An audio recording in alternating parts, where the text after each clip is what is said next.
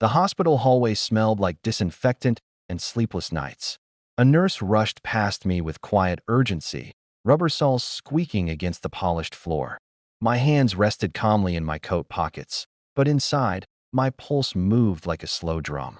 Through the glass panel, I could see them. My wife, Ali, Samir, Fahad.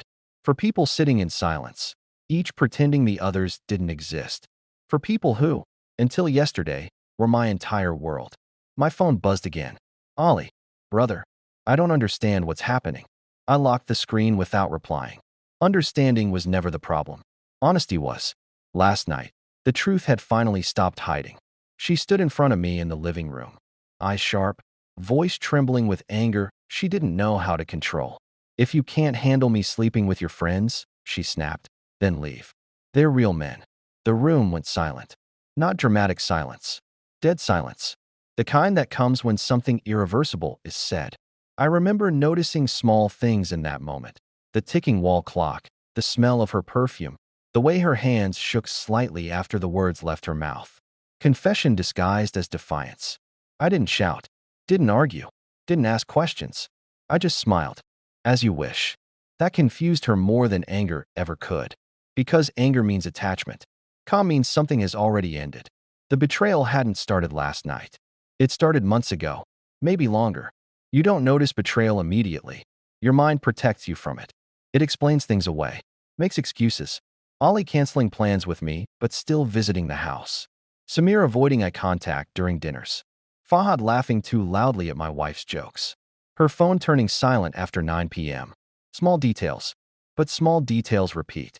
And repetition becomes evidence. 3 weeks ago, I stopped guessing and started confirming. I began coming home early without telling anyone. Watching reflections in dark windows. Listening to unfinished conversations when I entered rooms. Nobody noticed. Because nobody expects the quiet person to be observing. The whiskey cabinet became my final test. A simple decision. I replaced the glasses with identical ones treated with a harmless medical tracer, something detectable in blood tests when mixed with alcohol, but not dangerous. I didn't want revenge. I wanted certainty, because certainty kills denial. Yesterday evening, I pretended to fall asleep early. From the bedroom, I heard the familiar rhythm of comfort in the living room. Ice cubes dropping into glass. Liquid pouring. For voices blending easily. Too easily. Then the laughter softened. Then whispers. Then the bedroom door in the hallway closed slowly. Not ours. The guest room. My chest tightened for a moment. Just a moment. Then the feeling disappeared. Like a switch turning off. I stared at the ceiling until morning. At 4 a.m., the vomiting began. First Ali. Then Samir. Then Fahad. Then my wife. Panic sounds different when guilt is involved. They called the ambulance themselves. I followed quietly behind in my car. Now, inside the hospital room, the doctor spoke carefully. Your symptoms indicate exposure to a traceable compound reacting with alcohol. For confused faces. For pale expressions. Then realization. Their eyes found me standing near the door. My wife spoke first. You knew? Her voice sounded smaller than I had ever heard it. I suspected, I replied. Ali's face twisted in disbelief. You poisoned us. No, I said calmly. I revealed you. Samir covered his face. Fahad stared at the ceiling like a child caught lying. No one denied anything. Because denial needs dignity. And dignity had already left the room. My wife began crying quietly. Not dramatic. Not loud. Just the sound of someone realizing consequences are permanent. Why didn't you stop us? She asked. The question almost made me laugh. Because I needed to see who you really were, I said. And you needed the chance to stop yourselves. I placed the toxicology report on the bed. For identical results. For identical betrayals. Ink on paper. Truth made physical. I loved you, I told her. Past tense. She noticed. Her shoulders dropped when she heard it. The doctor left the room silently. Even strangers understand when something is already over. Ali finally spoke. We were drunk. It was stupid. No, I said. It was repeated. Silence again. I removed my wedding ring slowly. It felt heavier than usual. Metal warmed by years of memory. I placed it beside her hand. She didn't pick it up. I won't destroy you, I said. Life will do that on its own.